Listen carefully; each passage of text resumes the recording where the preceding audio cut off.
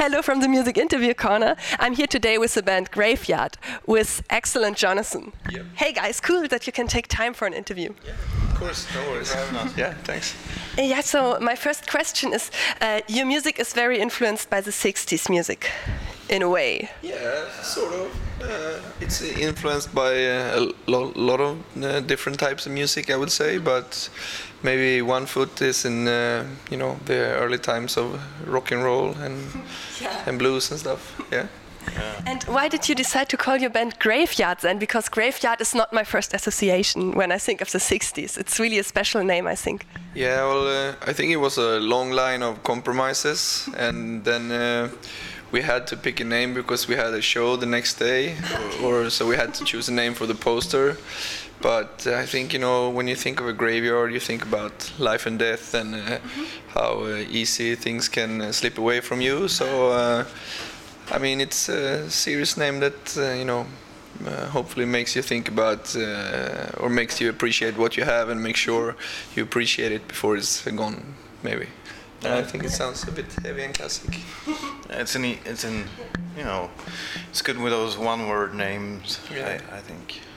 And after a while, the band name becomes not the meaning of the word, rather it becomes the name of the band. So it doesn't really matter what you choose. Well, of course it matters, but I don't know. But I think it's a cool idea. Oh, yeah. Even more than now that I know the philosophy behind it. Yeah. And you just released your new album, Lights Out. Yeah. What is your favorite song on Lights Out and why? Oh, it's always hard to have a favorite. I like the slow ones though, like both Slow Motion Countdown and Hard Times Lovin'. Oh, cool. Yeah, I think I love the Suits, the Law and the Uniforms because I like the ending a lot. But different from day to day. Sort of like, you don't listen to the same song every day you wake up, but you can have different types of music that you love from day to day.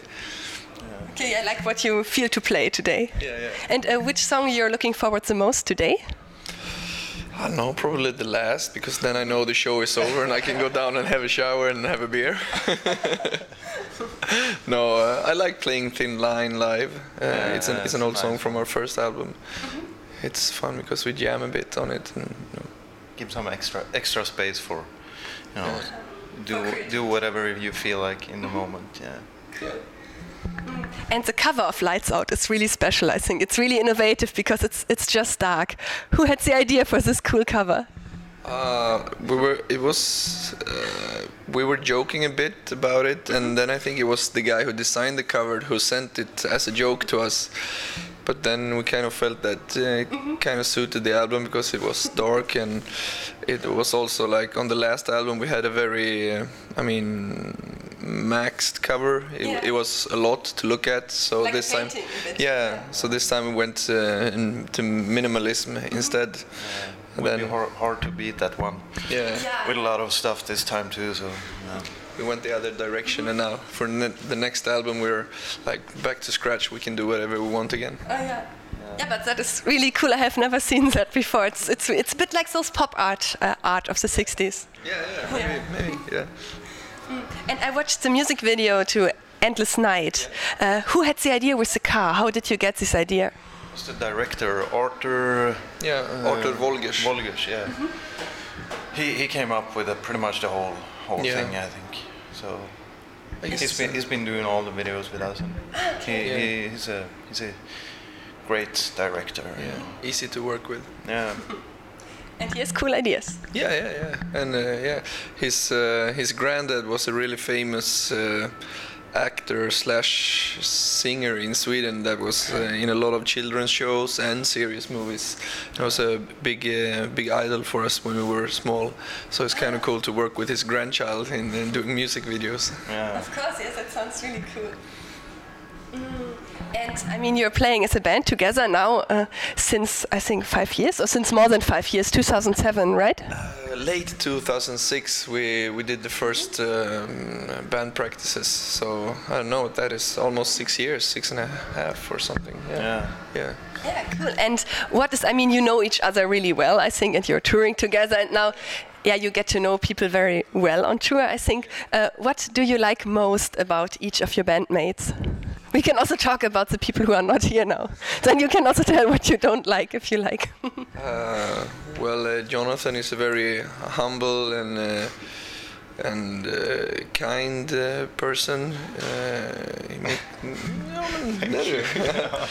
He's very humble and kind, but he's angry at the right issues. And Joachim is kind of he can be a bit grumpy, but he's also really funny.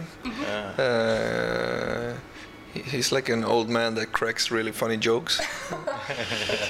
And Rickard, who is at home now, we have a substitute, but he's a really funny guy that he always makes you laugh. He's like a one-man comedy show.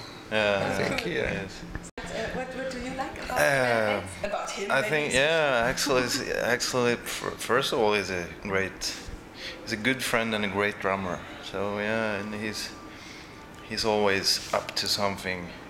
That you don't really know what it is, but it's he's funny. He's a funny dude. And also angry at the right things. So if something goes wrong on tour, you fight against it, or you say what you think? No, I mean, or do you mean within the group, or like? No, I mean when some circumstances are not good, then you're saying it because you're saying you're angry at the right things. Oh no, that's more like in a societal perspective. But if something happens on tour, I mean, something always happens on tour. You just have to like calculate that something will break down, or I mean, some police will stop you, or you will get hassled in customs, or. And you just have to set yourself for that. I mean, you know that it's gonna happen. We toured so much in shitty minivans, so you know that. I mean, you get used to cars breaking down along Autobahn after a while. But I mean, somehow it always works out in the end, even though it can be a really shitty time when you're standing there. But now you have a big bus. I've seen it out there. Yeah. It's the first tour we're doing with a nightliner. It makes a lot of difference.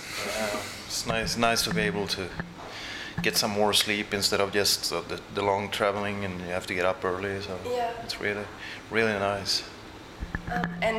You're touring a lot, and I think now you're touring through Europe. And I think in January you start with a US tour. Yeah, that's right.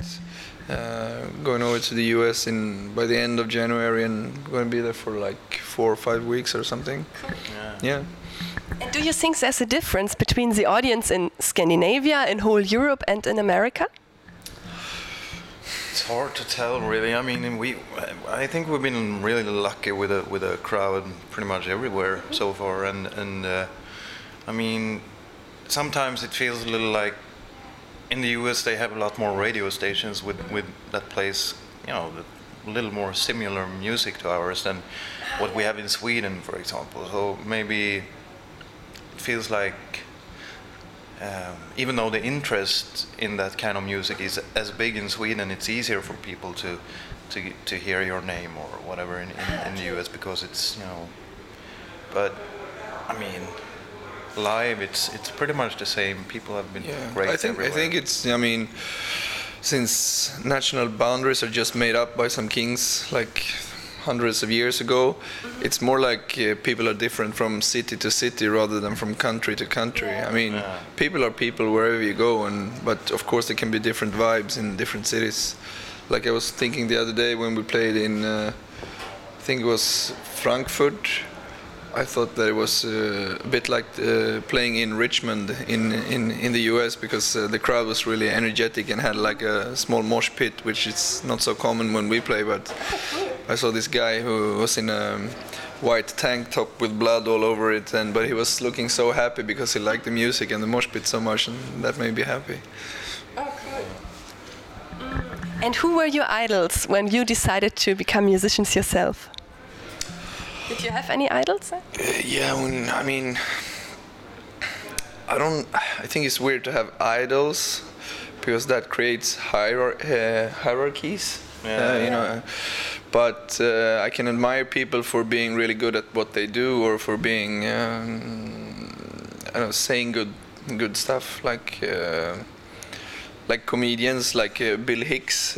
He's dead now, but he's a great comedian from the US. But when I was really young and started to play the drums, I don't know, I guess I wanted to be like the punk drummers that I saw play live when I was 13. And I listened to a lot of Metallica early, like the old Metallica stuff. I don't know. It's the same thing for me. I just wanted to play heavy music when I first started out, and then, of course you get these, groups where you listen to more than others, and you think, some people are really good at what they do, but as Axel said, if the person seemed to be a good person or a nice dude, like Neil Young or whatever, it makes it so much better than just someone being really good at, technical stuff. Yeah, of course. Yeah. So. Yeah, sometimes people can be really good musicians, but they seem to be assholes, and I mean, it makes it a bit more difficult to like their music. I mean, like Jonatan said. Somebody sings about love and friendship and is an asshole in the backstage. Yeah. Yeah, and there's one thing, I don't know, you like jokes. Do you know this very old joke about drummers? What, like how you see if the stage is flat or not? No, but you can tell that, and I tell a drummer joke to you if you like. Okay, yeah? Yeah, first you tell this with the flat stage if you like. I mean, they say that the best way to check if the stage is completely horizontal is to put the drummer on stage, and then you see which side of the mouth he's drooling from. This is leaning. And then there's like. You're right, it's really funny. What was the last thing the drummer said? Hey guys, I've written a song. But that's mean that you have self-ironic comedy. And how do you know that there's a drummer coming to visit you? Yeah, he's knocking on the door and it gets faster, right? Yeah. That was what I wanted to tell you. It's not tight, and it keeps going faster and faster. Yeah, that's really cool. Thank you so much, guys, and enjoy the concert tonight. Thank you. Hope you do too. You too, yeah. I will, totally. I'm really excited to see you live. Thanks. Yeah, so goodbye from the Music Interview Corner. Bye. Bye-bye.